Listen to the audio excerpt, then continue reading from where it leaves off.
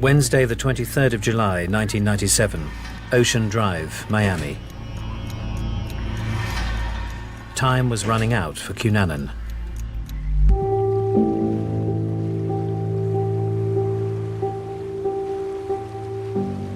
Caretaker Fernando Carrera had stopped by to check on a vacant Indian Creek houseboat moored 2.5 miles from Versace's mansion on Ocean Drive.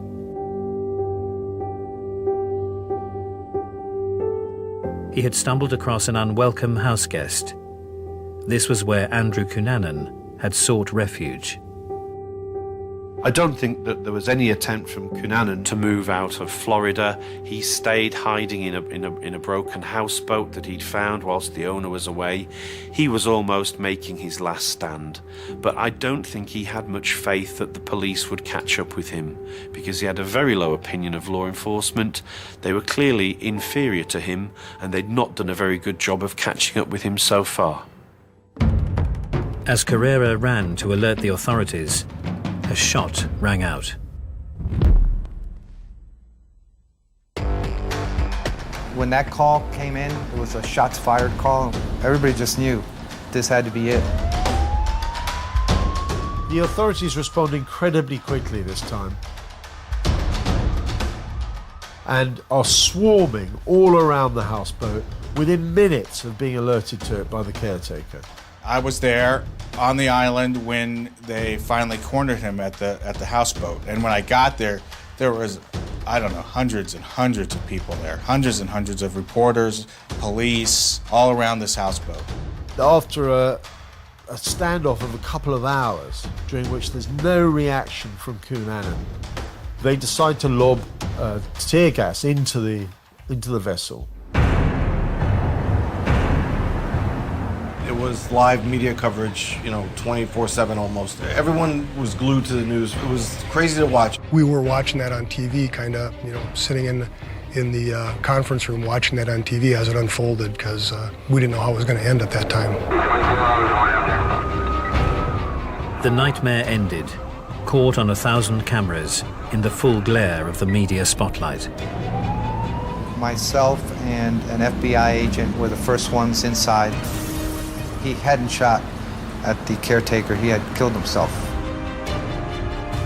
Cunanan's death, he shot himself before the police could get to him, and he shot himself wearing a pair of shorts in a double bed with a single gunshot to the right side of his head. He was in control over how he would go. Nobody else was going to take his life or take his liberty, and he chose a very Hollywood, glamorous, almost homoerotic way to die. The reign of terror brought upon us by Andrew Cunanan is over. I'm exhausted. The adrenaline has been pumping for hours, and I'm realizing that this story that we've basically been living with is over. I think he was on a suicidal rampage to begin with.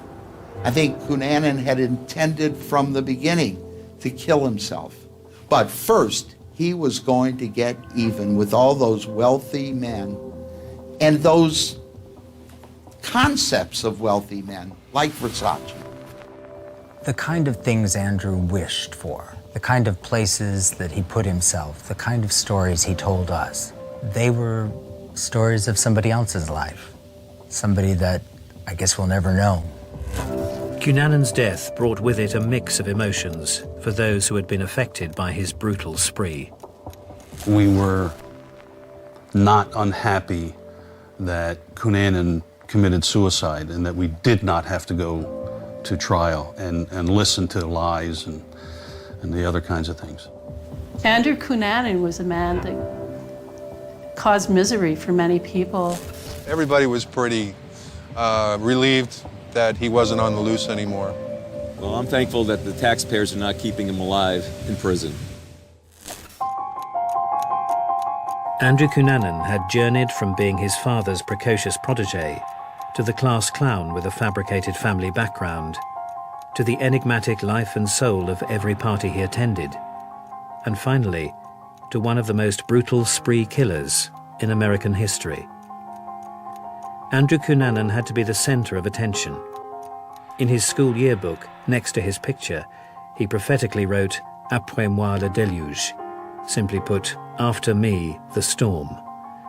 Yet the question remained, why did Andrew Cunanan have murder in mind? And what drove him to his killing spree? Andrew was over the top in every way. He was over the top in his affect, his personality, and he was over the top when it came to killing. Well, Andrew Cunanan was a unique spree killer. He had created a false identity. He had created a false image in his mind. And when that shattered, he shattered. And he kind of left pieces of himself as he went from murder to murder to murder. He couldn't handle the fact that he'd once been the glamorous doyen of the gay party circuit, and now he was alone, putting on weight, slowly losing his hair, and possibly had HIV. He was clearly very angry, but he wasn't to blame, and other people were going to pay the price. By killing a well-known celebrity like Versace and then committing suicide, Cunanan was assured of having his place in infamy, and that's exactly what he wanted.